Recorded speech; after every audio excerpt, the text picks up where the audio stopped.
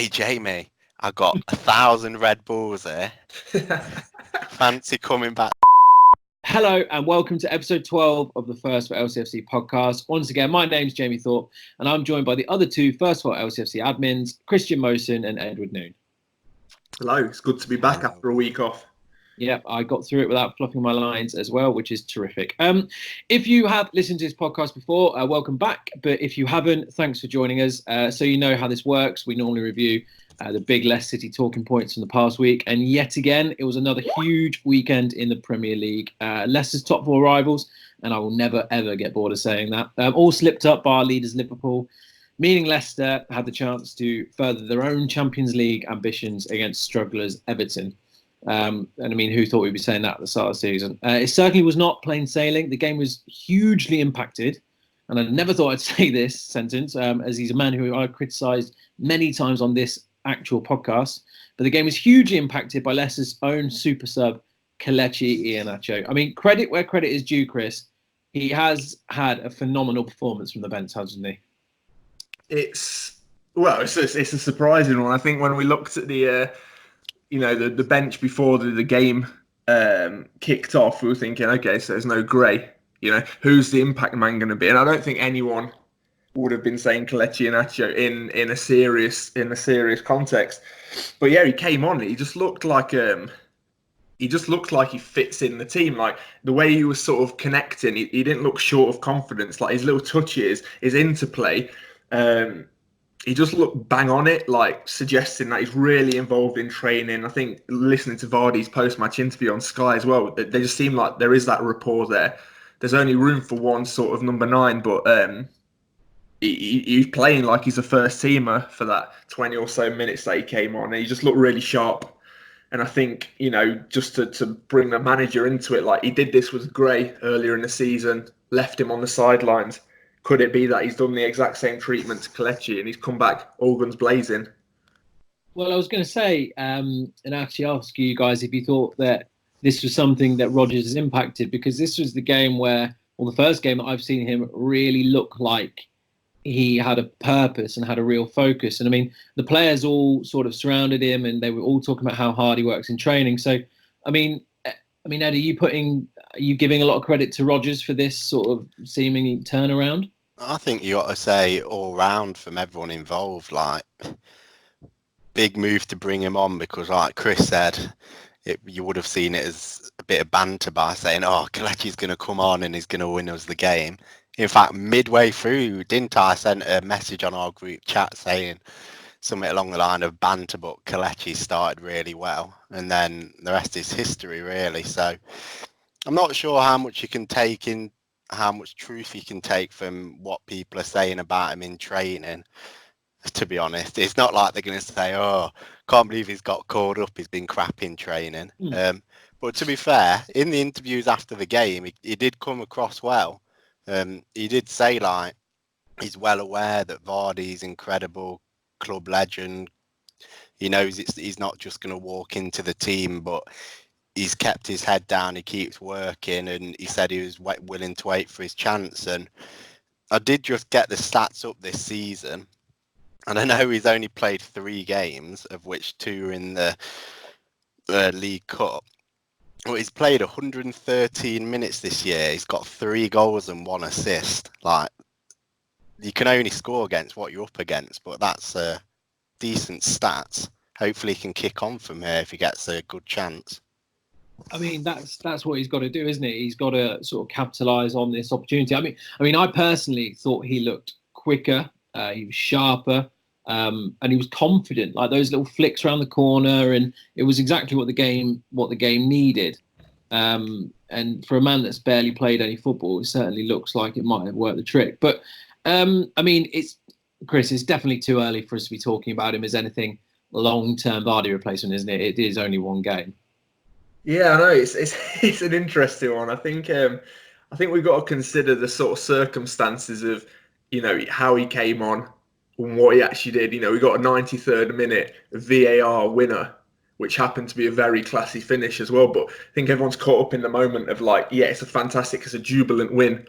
But had this been just a 79th minute tap in, but he still played good, would we be raving as much as this and like heralding him as a sort of long-term Vardy replacement? Probably not. But that's not taking anything away from him. I think it just means like he'll know in his own head he'll get chances coming on as a sub. He might be the impact sub now. If he keeps scoring, naturally he's going to start getting more and more minutes. And I think that's something that we've got to be a bit conscious of. Because if we suddenly all jump on the bandwagon like he's going to be the next saviour of Leicester City, that's going to put pressure back on the lad. He needs to come on and play relaxed. He looked relaxed yesterday. He was tracking back.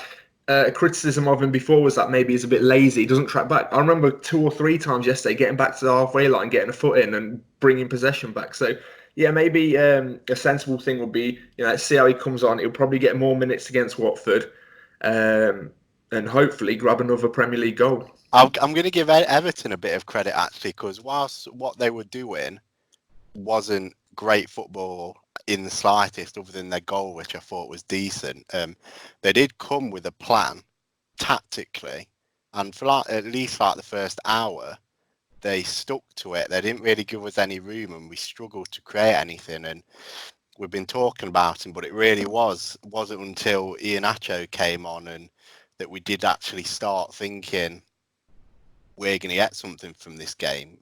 At some points, at 1-0 down, it looked like Everton were more likely to score again. So it really just changed the entire momentum of the game and evidently the end result as well. I mean, like you said, it didn't look like it was going to go our way for a long time. And I've got to say, when they scored the first goal against the run of play, it did feel eerily familiar. But Rodgers, his tactical performance and the way that he impacted the game was brilliant, wasn't it, Chris? Yeah, I think it was... in previous seasons, I'd have looked at this game and thought, no, this is one of those games that's going to slip away. It's probably going to end up 2-0 to the opposition. But there's just that renewed sense of sort of quiet confidence that, no, we are going to get a goal back. And yeah, we are going to then put the game properly to the opposition. And it's just like, yeah, small tactical changes. It's more to do with, yes, partly to do with the tactics massively, obviously, but also to do with just the mentality that Rodgers has got into the players, whereby they're not going to give up and they know that we've got more quality than 75% of the league probably on paper. So yeah, I mean, it's full credit to the management and the coaching team. It's clearly visible on the pitch, but for me, more so in terms of the mentality. Yeah, I mean, Leicester are free scoring almost at times this season, so you can definitely see where that comes from. But I thought it was interesting in particular because we've seen it when we're trying to defend a lead, especially when teams are having a lot of joy from wide, like Burnley.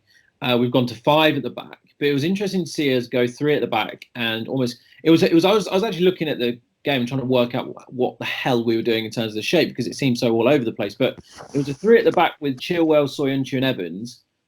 With Barnes essentially playing as a wing back on the left and Pereira on the right.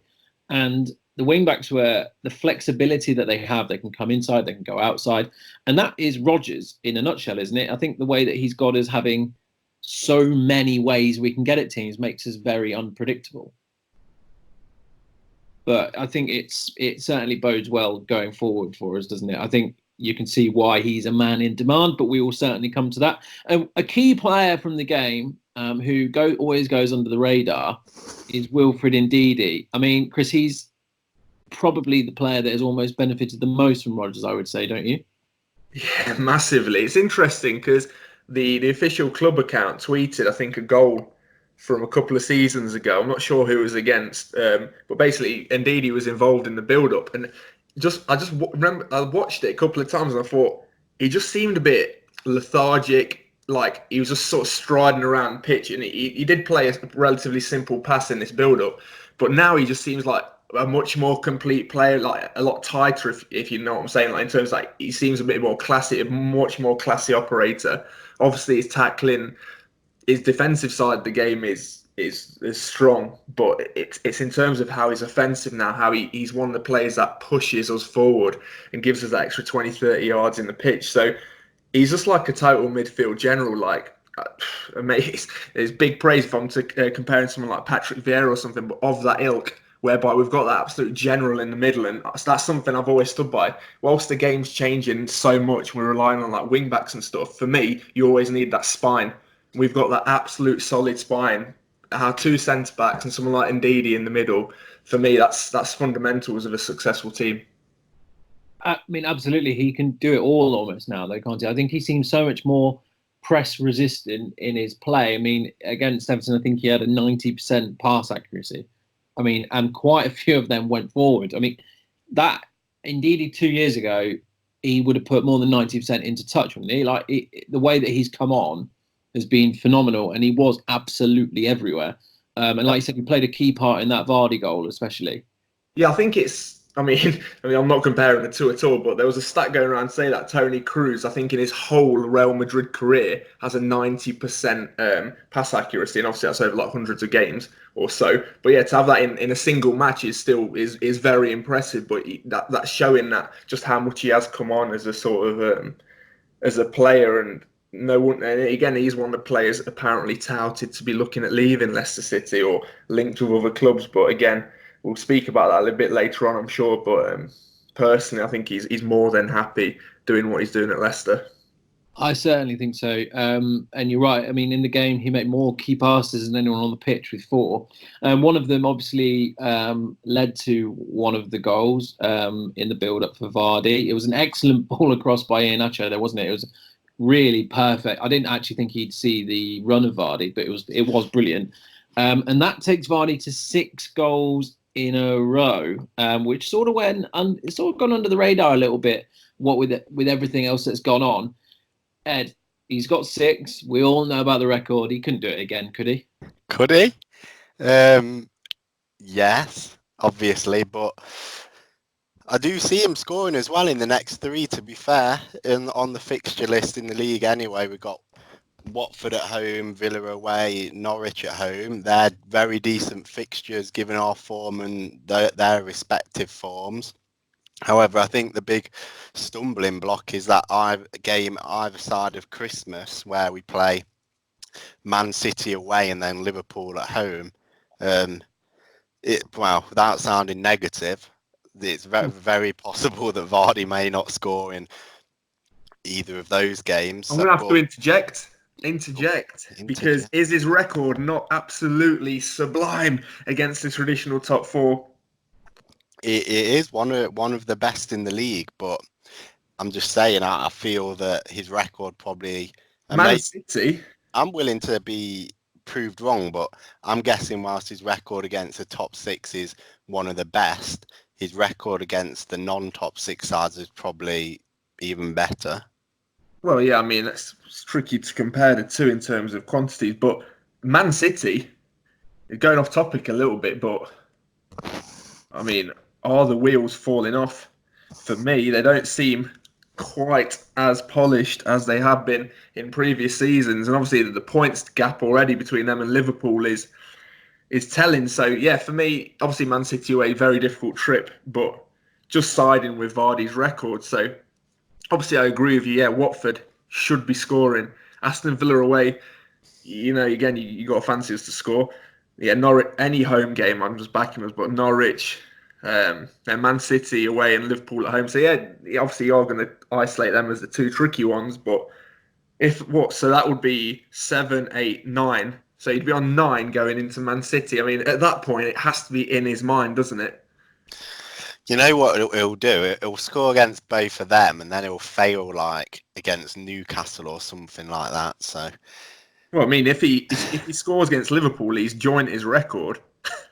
Well, there you go. West Ham on the 28th. West Ham it is the one before, but I don't know. Don't get me wrong. I'd love to see him do it. I just think those, both in terms of the Vardy run and our seasonal ambitions as a whole, I think those 2 games either side of Christmas is going to dictate a lot, at least in fans' minds.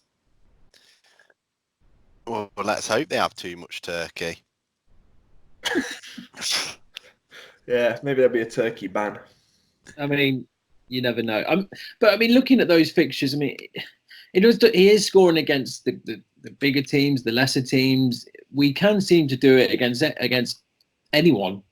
Doesn't matter who it is. I mean, one thing that opposition fans have absolutely got to learn to stop doing is chanting about. They don't need to learn this. Stop telling them this, Jamie. They need to do it more often. Yeah, probably do, to be fair. But it's just every time they do that, it is absolutely inevitable, isn't it? That Vardy's going to be there with his hands behind his ears in no time at all. But he does seem to be getting better and better. Again, didn't really have a huge amount of involvement in the game yesterday, but was crucial when he did. I mean, did you see him go for what would have been Leicester City's best goal of all time had it come off?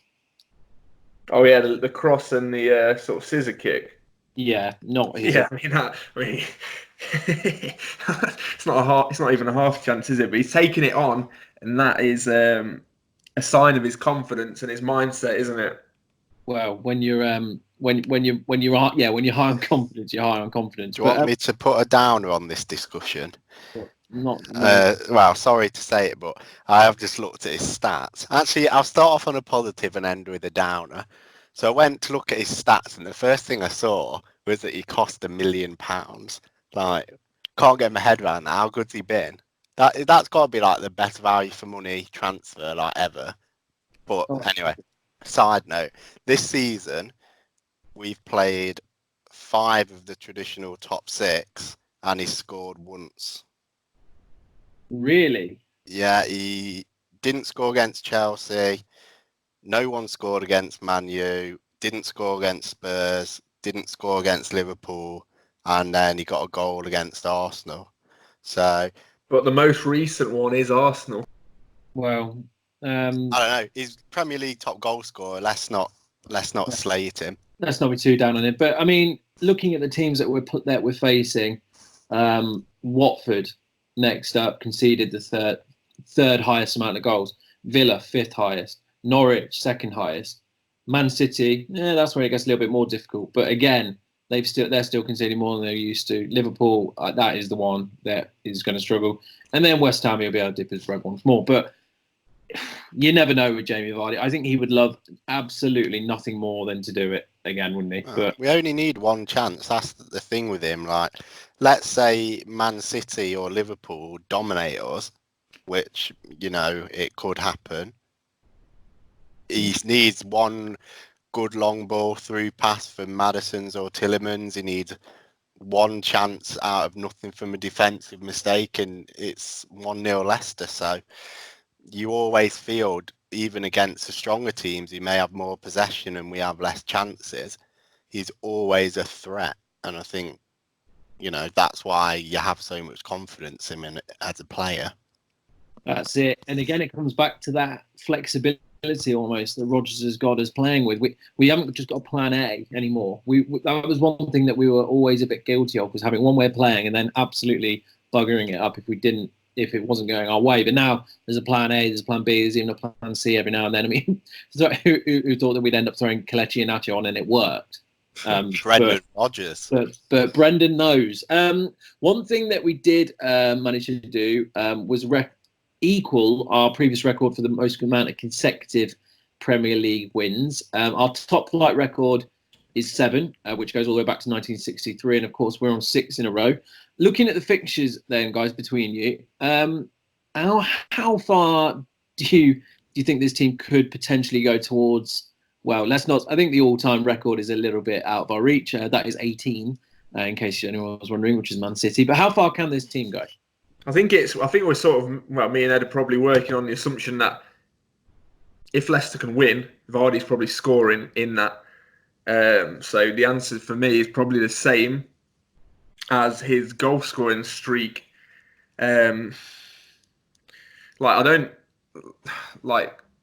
Watford at home. That for me is a question of how many and how soon. Aston Villa away, they've got some good players, like Jack Grealish. Obviously, I want to circle him. Big player, but again, on paper, we're a better team. It's away from home. It's a bit trickier, but we should be winning. Norwich at home, again, dispatching that team. And it's Man City away, and that's when the question marks. That's when you can have a serious debate for me.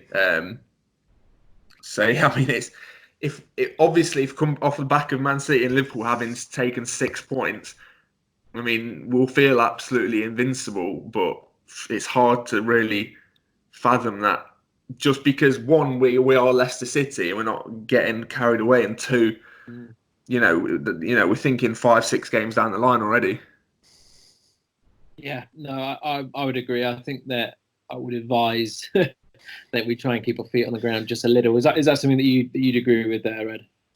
I would. Like we've said in many chats, same as the Vardy discussion, it's like you'd back us to win, you'd back him to score the next 3, and then those 2 are following to a massive matches. But I guess thinking about, we're talking, obviously they're not going to be dead easy games and whatever, but doesn't that just show us how far we've come and how good a team we've got now, that we are looking at teams who historically have been on a similar level to us and just thinking, we're a lot better than them. We need to be taking 3 points from these games. It does show progression and a change of ambition, and it's exciting, isn't it?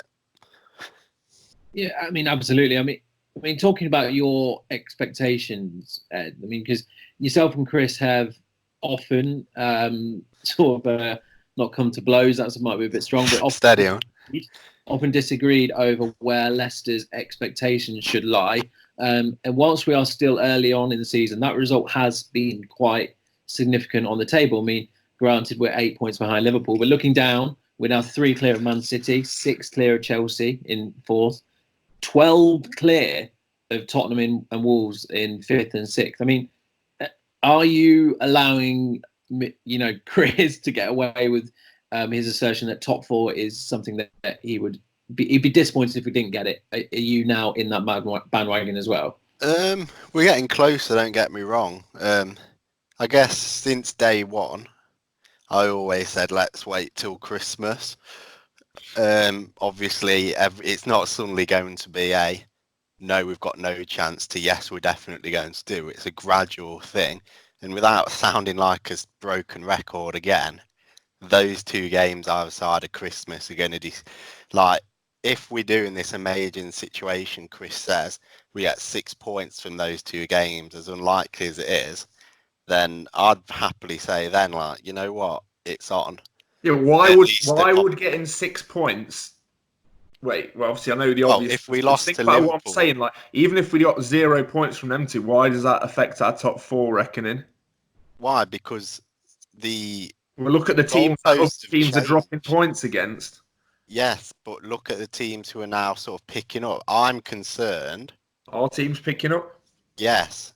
Chelsea just lost home to West Ham. Yeah, I think Tottenham, under Mourinho, have turned a corner. And let's not pretend any new manager comes in and they'll get an impact. This is Jose Mourinho we're talking about. Well, not every manager. They conceded 2 at home to Bournemouth and almost conceded the 3rd late on. Yes. So I'm saying that he's not obviously ironed out all the creases. I'm saying any new manager comes in, I don't know, Craig Shakespeare comes in at Leicester, gets on a mad streak. He's not the same class manager as Jose Mourinho. All I'm saying is that he's played 2 games. You're saying for us to wait half a season to say whether we're top 4 candidates. You can't judge Jose Mourinho taking Spurs to that next level after 2 matches. No, I'm saying I think that it's not simply 4 teams that are in the race for the top 4 places. I feel that Man U and Arsenal are not, even though they're only a couple of points behind Spurs, unless they pull their finger out very soon, they're going to be at risk of dropping out of that race, realistically, providing... Man United are not coming into this race unless they sack Ole Gunnar Solskjaer. Well, that's what I mean. The teams, for example, Spurs weren't in the race. They sacked their manager and things have changed. So now I think they are in the race. Gap. It's not one thing is commenting on other teams' forms. That's nothing I'm ever a fan of. I've said it repeatedly during this season of the podcast. Yes, if we win every match this season, we need to drop 12 points, and they need to win all of those games that we drop. Probability straight away is dropping because you're expecting 2 things to happen there, not just one. That's just highly. It's not our league position in the league is not dependent just on us. I know if it's we not. win every match to the end of the season, go up, break all these records, we might not win the Premier League. I know that, and last year suggested that, but we're not talking about a title race. We're now 12 points clear of 5th place. Yeah. So let's say that game again, if we're saying Spurs are the biggest rivals in a hypothetical situation, then let's say in the reverse fixture, it's not unfathomable that Spurs beat us at Spurs. That's then 9 points to lose. That's 3 matches would have to go the opposite way over a span of 14 games. I think that's possible. Yes. However, should we get to Christmas time, which was the original, which is then what? Say New Year's is 1, 2, 3, 4, 5, 6 games. We're 20 games in, 2/3 of the way through the season nearly. Let's say things go well, we may have got a 15-point gap then I'd say it's ours to lose now. So I think we're a lot closer than we were a few weeks ago, but I still feel let's have 4 or 5 I don't know. more. It just stinks of sitting on the fence for me from you. To be fair, I'm yet. in terms of course, season's a long time. I say, I feel like we'll get to the new year, and then you'll be saying, no, we still need to be 12, 15 points clear by Easter or something. Like for me, if you have to put your bollocks on the table, you could not have asked for a better position to be in right now. Like, yes, I called this before the season started, but like, how much more of a better position could we possibly be in? It's literally almost impossible. Like, we're doing better than our championship winning season. We've got the least goals conceded. We're playing absolutely fantastic football. Like, surely you just look at us and think we are a very good team. Teams should be looking at us. We shouldn't be going to Spurs and thinking, oh no, we should set up negatively. And I can tell you for a fact that's not what Brendan Rodgers is going to be saying to his players. I don't think they should be respecting us a lot more than they have in previous seasons, and they will be. I can assure you of that. I'm not disagreeing with that. I'm simply saying we are 4 or 5 results off me personally being confident that we are in this for the long haul for the entire season. Drop off now, if we come outside the top 4, I'm going to say we've had a honking second half of the season. An absolute disaster. I'll go as far as saying a disaster. Like, you cannot go all guns blazing after 14, 15, 16, 17 games potentially. And then if you crumble that badly, that is a horrible streak of form. And that's something that traditionally a top 4 team doesn't just fall apart. Just like a team in the bottom 3 at Christmas struggles to get out of it, you don't see a team in the top 4 bomb out of it like that. It's just unlikely. If any team in the top 4 has greater form than a team in the bottom 3. That's why I said let's wait till Christmas, because teams don't tend to bomb out of what we're using Christmas as a point of a mid-season marker. Like, why is 14 games? What I'm asking you is a direct question. Why is 14 games not enough for you to still see that this could potentially be? Why is 14 games not enough for you? Because I don't know, if we played a match really well for 40 minutes, I wouldn't feel confident at the end unless we were several goals ahead. Why is 14 games not enough for you is the question. I don't need an analogy. I'm asking. Because we've not even played every side yet. We're in the next 5 games going to play the 2 best teams in the league. You've seen us play. Why is that not enough for you to be more optimistic? I don't feel that anything I've said is not optimistic. I've said I'm not 100% sure that we're going to be top 4, though. Look at the games that we've got 3 or 4 games. The games until this mid-season thing you were on about is Watford, Villa, Norwich, and then Man City and Liverpool. So what do you fear in Watford, 40% of the games? What do you fear in Watford, Aston Villa, and Norwich? Well, nothing. Do you think we'll get 9 points from that? I'd like to think so, if yes. 12 points clear after that stage, are the Man City and Liverpool games that pivotal for you? Yes. Okay. I mean, there's no point going around it again. I think I've made my point. I know I said this that you guys do disagree over this before, but now, I mean, that you've definitely just reiterated that. But it's a very interesting debate. But I think that the coming games are going to be pivotal, I think, in terms of expectations and the whole season, because whilst it's gone very well so far, and we have certainly we've given ourselves the best ever chance we've had, other than the title-winning season, to cement ourselves as a big club. Because the way that if we did it this year, it would feel almost sustainable. It wouldn't be a lot of people view the title win as a one-off. But in December, we have got a number of games. I'm just counting it up: 2, 3, 4, 5, 6, 7. We play 8 games in the month of December. We're one down. So that's a game every 3.5 days. How do you think the squad depth will be able to cope with such a run of games? And is there a position that worries you in terms of where we're going to have to rotate?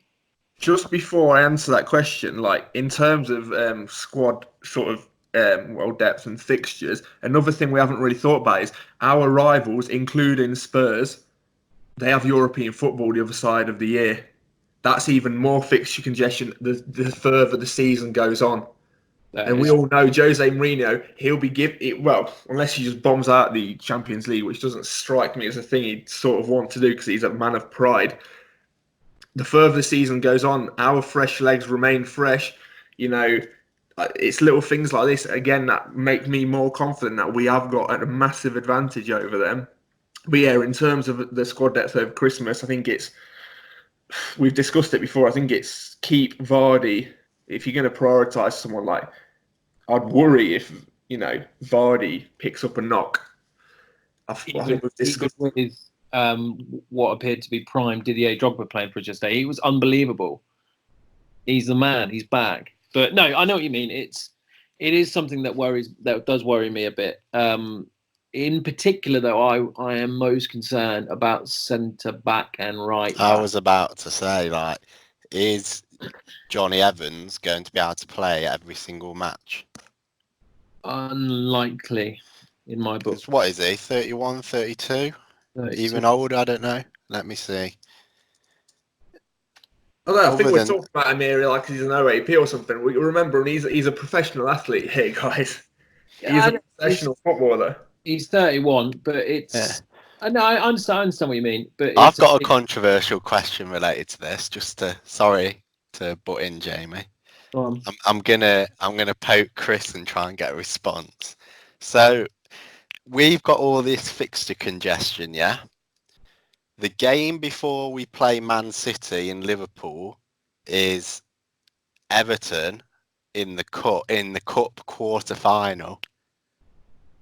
Do you rest players knowing that for those who haven't listened before, me and Chris have butted head on this as well.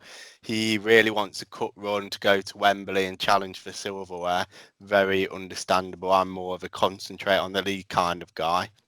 So we've got into a quarter final against the team we've just beat who haven't been on good form this season. The following 2 games are against the team as either side of us in the league table in a time of fixture congestion. Do you rotate for the cup game? Okay, well, I'm going to answer that question in a second, but Liverpool also travel to the Middle East, do they not, for a World Club Cup? So in terms of our fixture with them, that will also be a factor, but we'll leave that. That's just the side note. Do we rest players for Everton? I'm looking at the dates. So 14th, we've got Norwich at home. 18th, we've got Everton in the Cup. And then the 21st, we've got Man City away, right? Yes, I have been an advocate of a cup run. Just looking at it now. It's hard for me to say, this 3 games ahead. For me, what I've always believed in is you start as close to a strongest team as possible, get the win in the bag, and take your key players off. That's what I'd personally do. This isn't Football Manager, and I'm not very good at that anyway. But I think Rodgers, I can't quote him directly, but I'm pretty sure he said stuff about taking the cup seriously. And who knows, if Kelechi's banging form, and he has been in form in the cup, what I'd say is basically maybe reduce it from making like 8 or 9 changes, which has been traditionally the thing so far, to maybe 5 or 6. So, gradually make it a stronger team, because obviously Everton, they could be deep in the relegation battle at this stage as well. So I don't think they're going to be prioritising the cup either. So I think it's just balancing it right. But for me, if Vardy's still being fit and in goal scoring form, you start him and you take him off at 60 minutes or so. That's the answer to the question for me.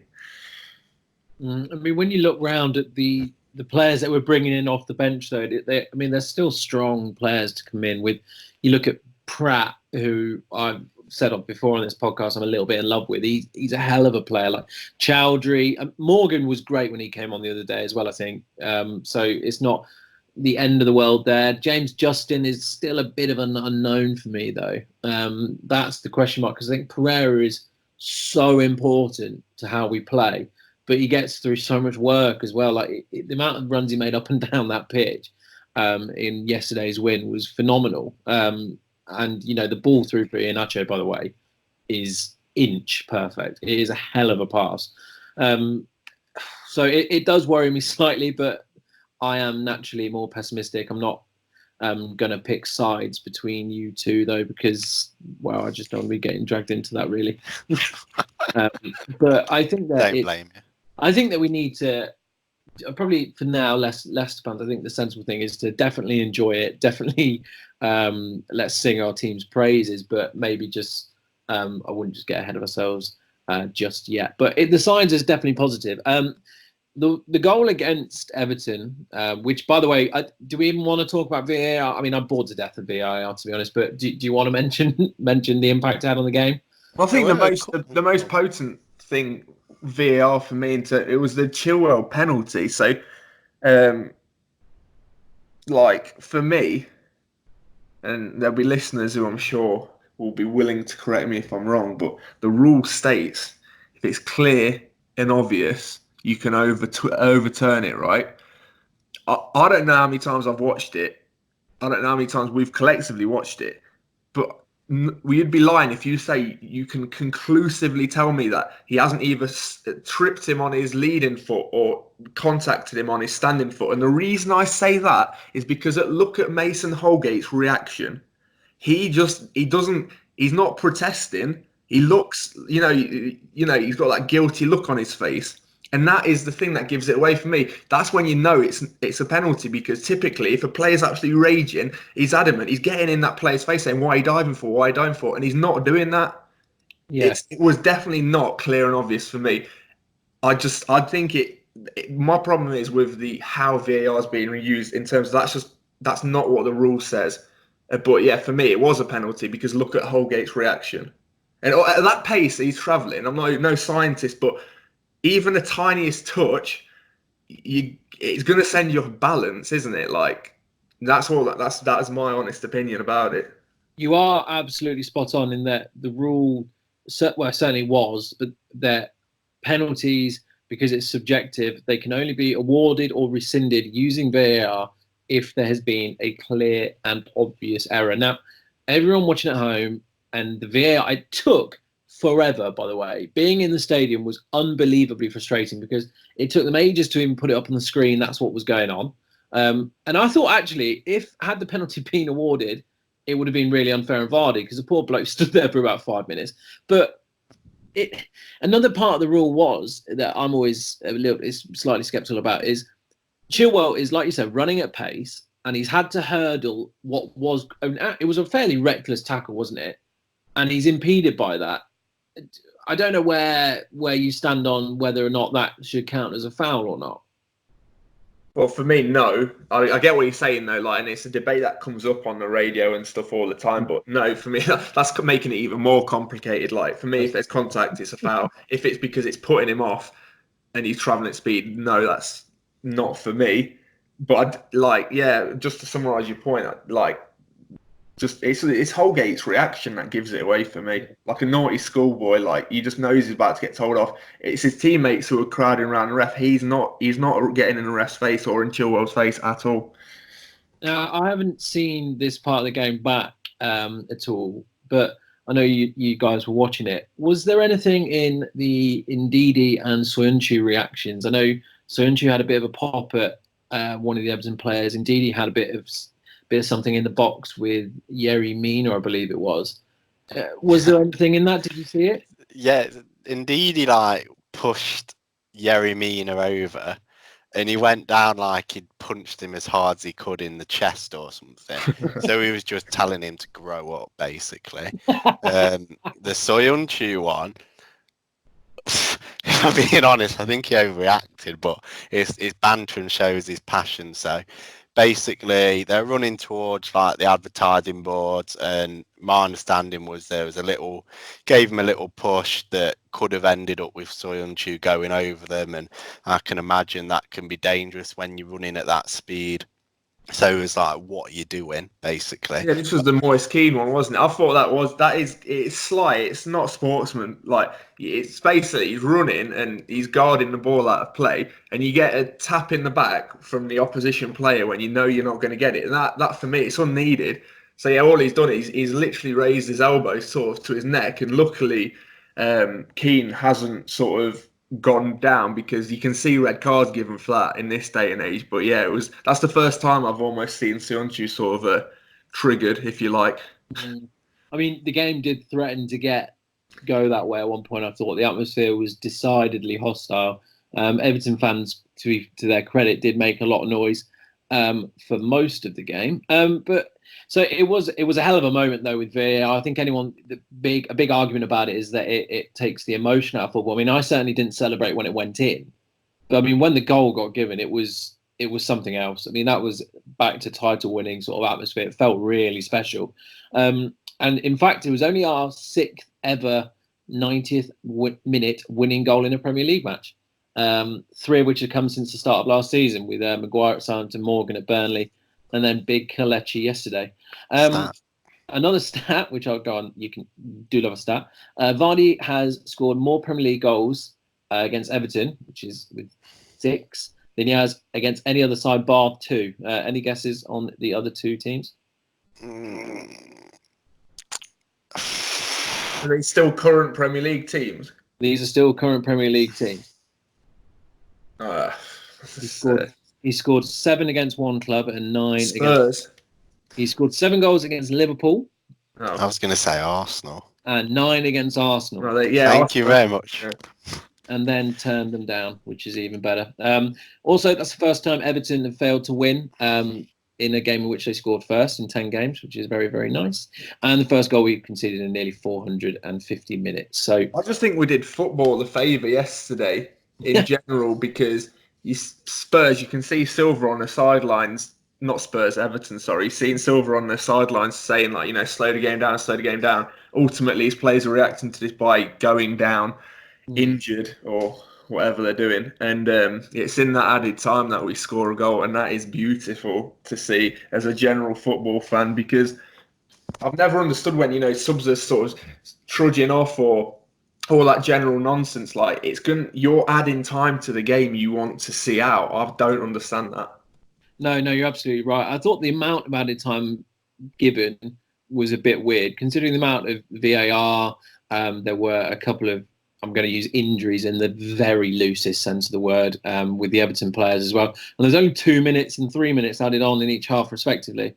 But yeah, Everton, they were Burnley-esque in the amount of time they spent trying to run the clock down, and it was karma, the most beautiful kind of karma, when that goal went in, and then they had no time left to equalise, which I really enjoyed. Right, as always, we do ask for people to send in their questions for the podcast for the guys to answer, and as always, we've had lots and lots of ones sent in on Twitter, lots of good ones. We did put it out immediately after the game yesterday. Austin just asked what happened. I've still no idea what just happened, which I think we all felt like a bit last night. Amar, of course, has sent a question in. He always does, and they are always very, very good. And it's one that is quite topical. Are you worried about Brendan leaving at some point? I personally am not, especially not having him go to Arsenal. But after this season, next season, if Chelsea or Liverpool becomes available, then he may consider it. So I suppose we'll take this in 2 parts. Ed, you take the first half. Do you think that Rodgers sees this as a long-term position for him, or will it be take us for a couple of seasons, do his reputation some good, and then Define long-term. I would say anything over 2 years in charge. I think it's hard, and it's no diss on the guy. I think it's just a reflection of modern day football, isn't it? Like, also it's a reflection of us doing well that he's getting linked with other teams, so it's not the end of the world. If we get Champions League this season and we also next season, the year after, then I don't see why he'd ever want to leave, why he'd be looking to leave. I guess if we fall away either this year or next year and a traditional Big Six club comes in, then he may at least entertain an offer, even if it's just to see what else is available elsewhere. But for now, given the fact he's only just come, given the fact we are doing significantly better than the teams he's being linked with, means despite the difference in size of club historically, at least for now, I'm not overly concerned. Well, I mean, I am slightly, but that again, natural. I mean, there is some concern. Sure, like whenever one of your players is linked with another club that you'd rather keep, you don't want to encourage these stories and rumours. But I don't know. I just feel like he's only just started. Really, it'd be a shame to leave this. I don't want to use the word, but I will. But leave this project and then at Arsenal, given all the turmoil therein, that's arguably even bigger project. You'd have to start all over again. So since he's now starting to actually have an impact on us and it's tangible, you can see it and it's going really well, you'd feel, I know this may be biased due to our affiliation with Leicester, but you'd feel that he'd at least want to see that his efforts come to fruition for at least a season or two. Viewers is more of a project and more of a platform than, say, Arsenal. Well, he said, didn't he? I feel in the interviews he said when he came, he was told the goal was to get into Europe, and so that's traditionally we're not a team that have always got in. We've very rarely got into Europe, so that is a project we're trying to make that step up. We're not just in now with this one first team we've got, but we're trying to grow the entire club with the stadium expansion and the training ground and just becoming a global thing. Like, this isn't a mini thing that he's doing here. I'd like to think the owners wouldn't have paid big money to get him and backed him in the summer if they felt that there's a chance that 8 months or whatever it is since he came that he'd be leaving for a team. What are they? 10, 12, 15 points less than us. It'd be disappointing to say the least. Definitely. So I mean, there is always that outside chance, I suppose. But Chris, where do you? I mean, there's been a lot said in the press, but Rodgers to Arsenal, what do you think? For me, it's an explicit no.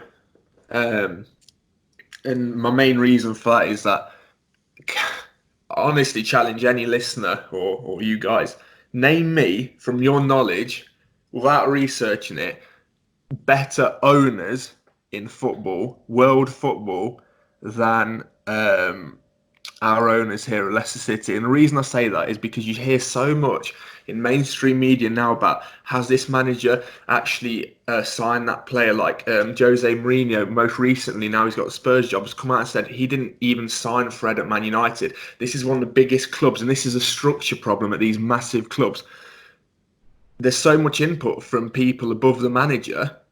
The manager doesn't even sign the players, and for me, that's a fundamental of a manager. In any other walk of life or any other industry, where does a manager get overruled in terms of the daily sort of stuff that goes on in the office or the workplace? For me, Rodgers knows he has got an absolute cushy job here at Leicester. He gets full decision making. He's come out in recent interviews like today for the Watford press conference, said he's happy. Just everything in terms of what he's saying the right things. To go to Arsenal now with ownership like Stan Kroenke, there is no way on earth I see Brendan Rodgers fit in that mould of manager where he's being told who he should be looking at or he's actually getting players given to him. Not for me. That is a step down. He's comfortable in this job and he's happy. Why would you then go, yeah, bigger club, yes or no, whatever your argument is? You want to be happy in your job because of what you're doing. If he stays at Leicester City, he can become a legend at the club, an absolute legend. We were heralding Claudio Ranieri as a legend because he won us the league, and rightfully so. But what Rodgers is doing in terms of a project, if you like, I don't like that word either. I think it's much bigger than that. A brand new training complex coming up. Look at that, the English core. We're an English team in England. We've got an English, like all these English players. It's fantastic to see. Like a couple of years ago when it was Spurs, everyone was raving about Spurs because they're a bigger club again. But I feel like we don't get enough credit for that. Say we sign someone like Jared Bowen as well, a key English talent coming into the squad. Like, why would Rodgers want to go anywhere else? Like, I'm so excited talking about this. Imagine being the manager of this actual team to have all the opportunities he's got. For me, it's an absolute no-brainer. There is no club in England who could come in for Rodgers, excluding maybe Liverpool or Man City, that would even turn his head right now. Not for me. Categorically, no. Well, I like that comparison with Spurs, actually. Like, just on a club side of things, and shout me down if you think I'm being stupid, but I do feel like that's a sort of good blueprint that we seem to be following in many ways. Like, they're always sort of a decent side, don't get me wrong, but over the last 10 years or so, they've been cementing themselves as like a big club, a side in Europe every year. And yeah, maybe to help fund that, they've sold their key players along the way. I'm looking at people like Modric or Gareth Bale or whatever, but it's helped them to build on this young core that they had, and they've developed, and as everyone's grown together, and you see where they are now, they've established top six side, and even though he's gone, Pochettino's seen as a bit of a big fans' favourite there. That's what Rodgers could be seen to be like shepherded in here, with us going from this mid-table side to a team cementing themselves with the big boys. And even if one day he does leave, he could go with everyone's blessing and say, you know what, thank you, and you've really helped us to get where we are today. So yeah, massively agree. And straight away for me, and I rate Pochettino, but I rate him to the extent that he's actually never won. He didn't win anything with Spurs. So how good a manager is he really? I mean, yes, it's down to the players and stuff, but look at Rodgers' record. Yeah, a lot of it's in Scotland, but ultimately, if Rodgers wins any silverware at Leicester City, he's done a better job than Pochettino did at Spurs. Again, it's a contentious point, but for me, it's as black as white as that. I want to win a trophy, and I think, what else can you judge a manager on? Like, yeah, well done, you got us in top four, but you don't look back in your career. You don't pull out, like, ultimately, it's stuff you don't put on your CV, is it? It's like, you want to know what you won and when you won it. And for me, Rodgers is closer to doing that at Leicester than what Pochettino has left Mourinho with at Spurs right now. Yeah, I absolutely agree, actually. I think I was talking about this earlier. I think the only, like you said, the only clubs that Rodgers would consider leaving us for at the moment are Liverpool and Man City. Obviously, neither of those jobs are likely to be coming up inside the next 6 months, barring something bizarre. But that actually, you've answered already one of the other questions we had in, which was just from M. But it said the bigger club doesn't mean better club. United, Spurs, Everton and Arsenal, aren't Leicester more appealing with the owners, training facilities, youth setup? Basically, they're saying they're getting fed up of all this bigger club talk, which I completely agree with. Bigger doesn't necessarily mean better, but also you've seen in the past that teams are, the way that we view clubs, it wasn't always this way. I mean, you go back sort of 10 years or maybe slightly more than that. Man City were what? not a lot. It wasn't all that long ago they were struggling against Luton, and now look at them. So there is a chance for Leicester to sort of upset the order and establish themselves as a top 4 club, and this is it. It could just be really good timing, I don't want to. I'm not saying, hear me out, that we won the league because everyone else was crap, but sometimes things click. And no one else was at the top of their game that season. And we were consistently throughout. We got what we deserved in the end. Well, this year again, none of the big boys are showing anything at all other than Man City and Liverpool, really, that they're even close to being at the top of the game. And this is another chance for us. And this time we can learn from the mistakes that we did after winning the championship. The championship winning season, and we invested poorly after and did so bad in the league.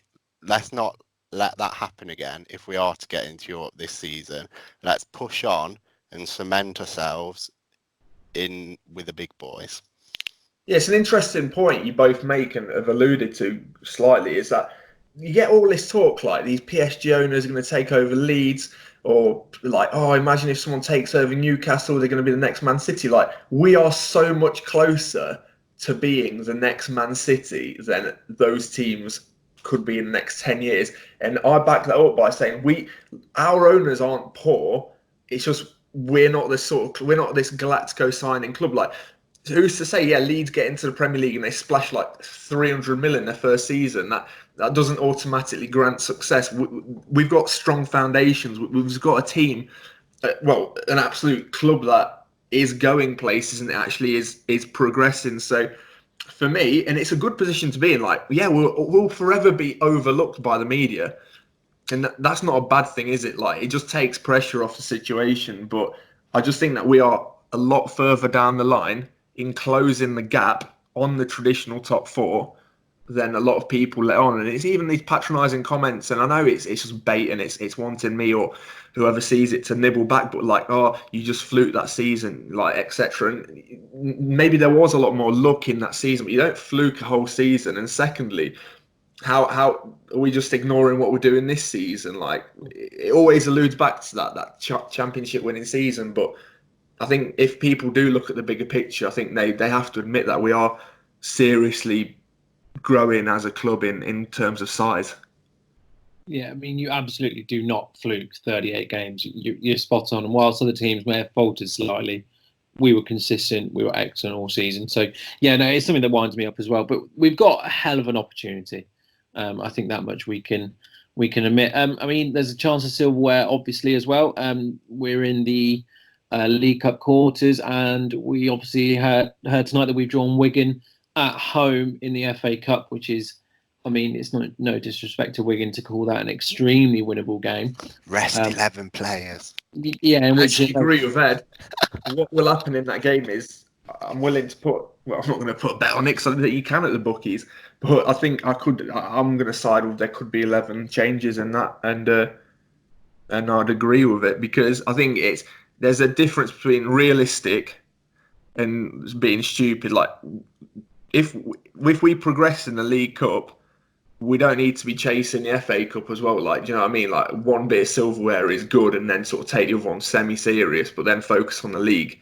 And I think Rodgers will appreciate that. But I'd see 11 changes probably for that Wigan game, and I'm calling it this early.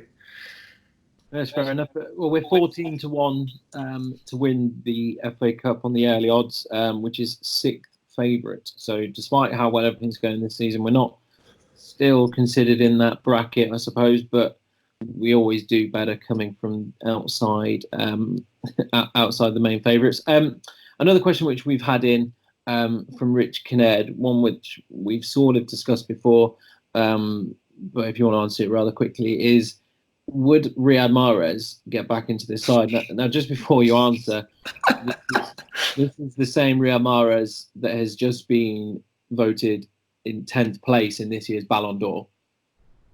Yeah, I did get back to Rich straight away on Twitter, and there's surely no City fan. Again, if there's a listener who's listening and wants to disagree, is there really someone listening who'd say no, he wouldn't get back into the team? Like, we've identified. You got to start Iheanacho, don't you? We've identified the wide areas as a potential place we need to strengthen.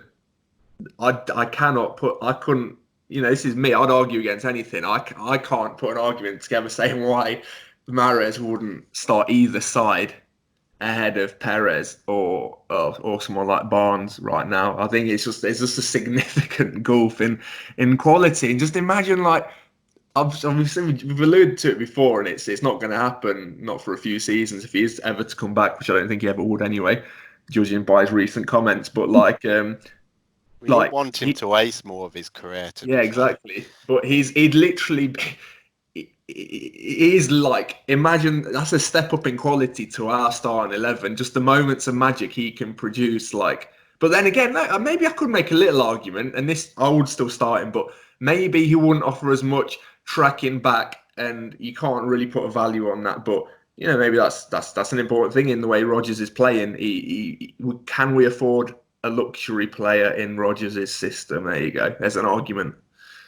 That's much more of the question, isn't it? I suppose whether you'd find a way to get him in, wouldn't you? He's a sort of player where you almost make the system around him. Whether you'd want him to come back, like you said, after his recent comments. I'd have to have a word with him, a quiet word. Maybe not a quiet one, actually. Maybe I'll depend what approach I'm taking on Football Manager that day. Maybe I'll call a team meeting and have a word with him there in front of him. I just can't imagine Riyad Mahrez reacting well to a public humiliation. I mean, he's a very sort of a glum guy as it is. I don't think ousting him in public's gonna do his ego much good. Ego schmigo. We need to win. That's I actually don't think. Well, no, I mean, yeah, you would obviously love him back, but like, I think there'd be an imbalance if we're really getting picky. Like, I also don't think he'd be as good as first time round. With everything that's happened, with what he's said, I imagine he wouldn't be as hungry for it as he was like the title winning season. We'd always be comparing what he's doing now compared to what he was before. Change of system, change of tactics, I don't know. It's mad that we're having this debate. Like, on paper, as voted for, is it by other players, the Ballon d'Or? No, I think is it journalists around the world? Okay, well, either way, what we're saying is that basically we're actually having a debate that we'd actually say, well, you need to pull your finger out a bit. You're a top 10 player in the world, but you'd sort of not really fit in the mould of Leicester City right now. I mean, that's quite a humorous way to look at it in terms of just the standards we're setting now, I guess.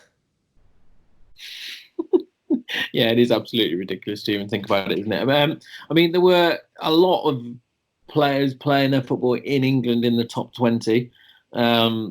Probably, I think there were 14 or so out of 20 that are representing English clubs. I mean, Liverpool, Man City, obviously, and and Aubameyang from Arsenal, Hazard from Chelsea at the time.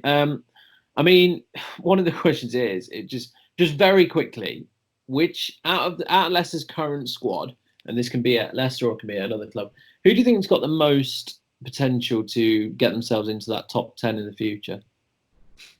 It's Jamie Vardy. Jamie Vardy. If he sees out this season, then as a top Premier League top goal scorer, the world's probably most competitive division. But then it goes against him. He's had no European football, and that's always like a thing, ain't it? Like, basically, maybe he'll come back for the Euros. Yeah, it'll take something like that, wouldn't it? Harry Kane gets injured for 12 months.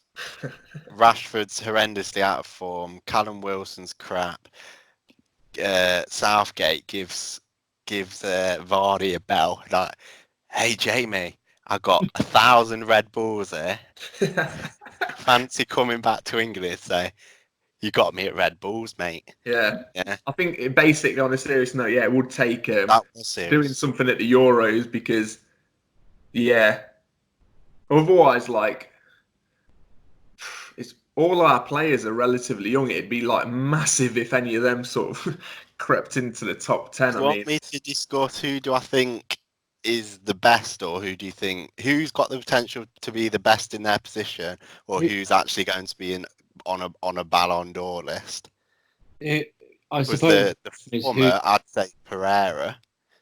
Yeah, who do you think's got the potential to go further in the game? Yeah, but he's not going to get on a Ballon d'Or. Rarely would you see a fullback be best player in the world. Well, yes, but I don't know. Tricky one. Probably Maddison, because he looks more of a flair player. That always gets the tongues wagging. It is. I think it's voted by journalists, possibly even managers and captains from all over the world. Just for context, the year that we won the league, it's done on a point system. We had Mahrez and Vardy in the top 10. Mahrez 7th, Vardy 8th. Mahrez got 20 points. Vardy got 11. The winner that year was Cristiano Ronaldo with 745. It's close there. So you really do have to do something pretty special to get yourself into the top. Well, certainly into the top 2 or 3, but they've done ever so well to get themselves into the top 10 there. And also that question came from my dad. Thanks, Big John. Right, on to the Big John. Big John Thorpe will be delighted with his shout out. So I'm just thinking of the in-betweeners. Sorry. I didn't even think of that all my days. Wow. Oh, yeah. Wow. You've got that thought in my head now. So. He's not going to understand that gag, and then he will look at it very offended. Ed, apologise to my dad right now. Sorry, but if you Googles Big John, it's like a wrestler. I've just Googled it. Big John Stud. Right, okay. I don't know who he is, but as a large wrestler. You're so not if he wants to see half-naked men, tell him to Google Big John. Currently getting worse. Right, my poor dad. What's he like? Right, let's look ahead to the Watford game. Talking about beleaguered men. Watford have, of course, sacked their manager last week and will be managerless heading into the game on Wednesday, most likely. Watford, of course, have sacked managers very, very regularly over the past couple of years. I think they actually pursue it almost seems like targeted. They're just trying to constantly get this new manager bounce that is so well spoken of. They're currently sat bottom of the Premier League with just one win in their 14 games, a goal difference of -19. I mean, Chris, 3 points has got to be on the cards for Leicester, hasn't it? Yeah, I watched. Well, I was flicking between a couple of matches on Saturday evening, and them away at Southampton. I mean, yeah, they got duped by a VAR decision, shock horror, but they're just toothless. Thinking about positives, I mean, sort of an inadvertent positive is that they've got that thing where they've got a caretaker manager in charge. They're going to go out and play a bit more freely, maybe trying to impress for places. But for me, it's a question of how many for Leicester. We've seen us do it against Newcastle. We've gone away to Southampton and absolutely done it there.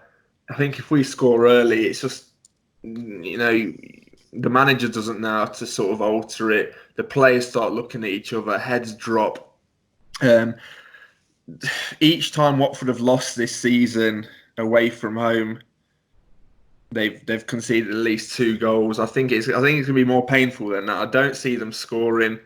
Yes, they got a draw away from home against Spurs in October, mid-October the 19th, but I just see it being 4-0 Leicester and a walk in the park, really. Maybe that's too ignorant for me, but I just don't see Watford doing anything to really, really threaten at all. I mean, if you look just at the league table, I mean, they conceded almost the most goals. They've only scored 9 goals all season.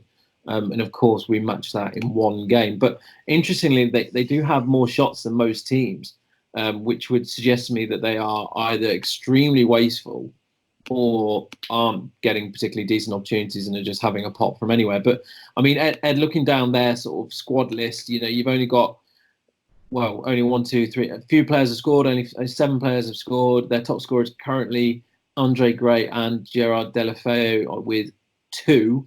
But is there anyone in that team that you think actually on their day they could cause us some sort of trouble? I can't say I've been scouting the Watford squad at any great depth over the last week, so I must apologise in advance. However, I was unfortunate to watch the game against Southampton. I say unfortunate because they weren't very good.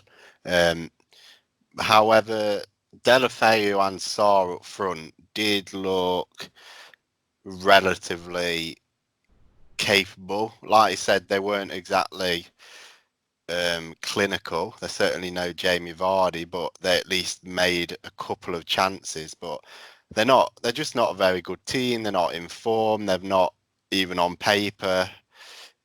Even if they were on form, they wouldn't be much more than a mid-table team. So, they just lost 2-1 against Southampton. So, in accordance with the laws of football, I will predict an 11-1 result to Leicester City. Right. Okay. It's fairly optimistic from you there, Ed, but not out of the realms of possibility. No, it's just science, Don't argue with it. I mean, the man's got a PhD. There's going to be some logic out there. Chris, what would you? I mean, would you like to offer a equally optimistic prediction? Yeah, I think I mentioned it earlier. 4-0. I think. You're not listening, Jamie. 4-0. Vardy with the captain's armband in fantasy football. I mean, we're gonna just alluding to fantasy football. One of the accounts I follow always does like a captain's poll, and there's been over 5,500 votes on 4 candidates, and Vardy got 80% of the backing. I think everyone's expecting goals in this one, which often does, it can disappoint. But I just think I'm going to go a bit more granular with my prediction. I think we'll be 2-0 up by 20 minutes, and full time it's going to be 4-0. But that's partly down because I think we'll just play a bit more. I think we will be more energy conserving, that's a word. And yeah, Kelechi will probably get a lot longer if Vardy's already got a goal. I just think, it won't be an absolute hammering to 9, but it will be to 4. 11. Actually, and I don't like in terms of this Watford shots thing. I don't know where they're getting their shots from, but I don't think they're going to get that high up the pitch that often. I think they probably will be looking to play on the break a bit more. So if we can contain that, 4-0, then a possession dominated game. Watford have 12 shots a game to Leicester's 15, in case you're wondering. But if most people have captained Vardy, then by the laws of fantasy football, he will not score at the weekend. In the week, sorry. That is how it happens. I personally think we'll win 3-0. I think it'll be a clean sheet. Deeney's back in the squad, and he is important to them. But even with that, not really sure that it will be an issue for us. 3-0, Harvey Barnes. I always back him, and he was good in flashes again. Just needs that first goal, so I'm really hoping he can get it. Obviously, though, we have got 2 games this week. We won't do a full preview of Aston Villa because they bore me. But do you want to offer your prediction for that game as well?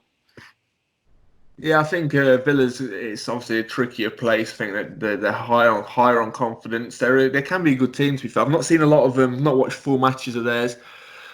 They've got some key players I rate.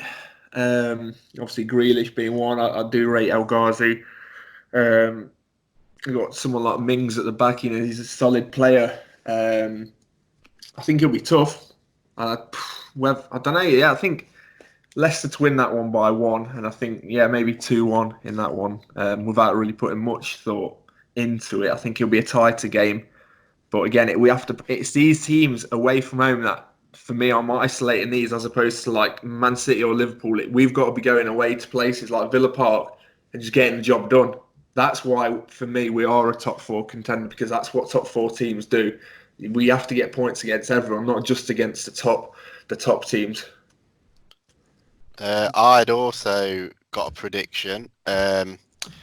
Just looking back at previous results, last time they played Southampton was also 2-1, so another 11-1 prediction.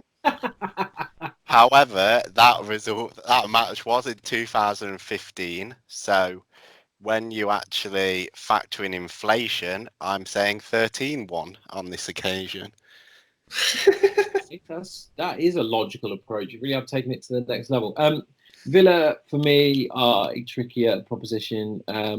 Like you said, Chris, I think I slated him before, but Grealish is getting better and better. Scored a Lovely goal against Man United.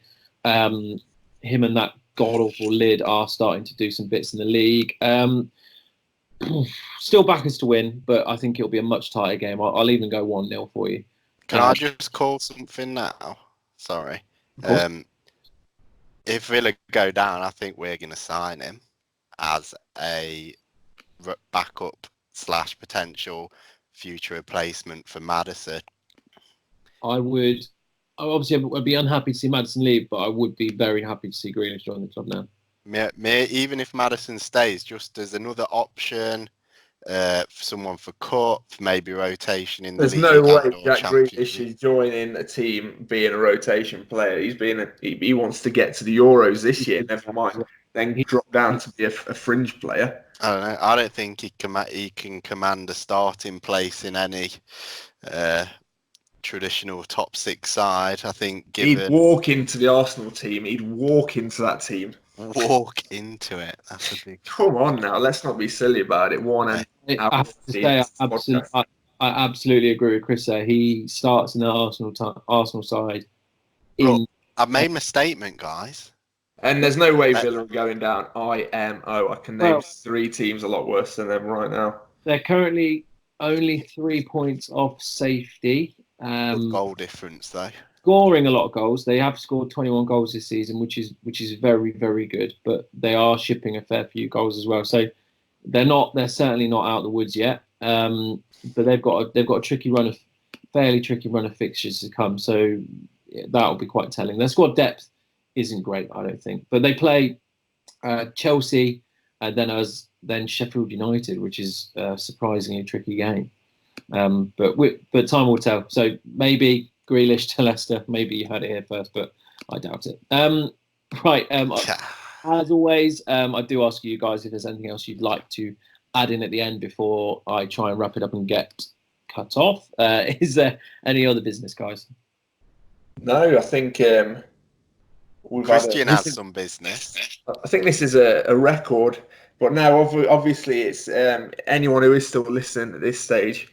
We would really appreciate your support if you can just maybe subscribe. All good podcast providers, whatever you're listening to us on right now, if you make sure you are subscribed, leave a review if you can, or just even tweet us saying you've listened and you've either enjoyed the show or absolutely detested it. I'll actually enjoy that. Tell me how much you hate my opinions. But no, otherwise, yeah, just let us know you've listened. It does mean a lot to us. Obviously, we do dedicate our time to this, so it'll be nice to know that people actually do listen. Or who you are who listens, because we obviously see the figures of people listening. It is pleasing to see it is increasing week on week, but we want to know who you are. So yeah, thanks for listening, and I'll do the outro, Jamie. It's been a great show today. Lots of case in points, but yeah, look forward to speaking again next week, and hopefully 6 points richer in our Premier League stature. Good evening, good night. Hope you all have a good week.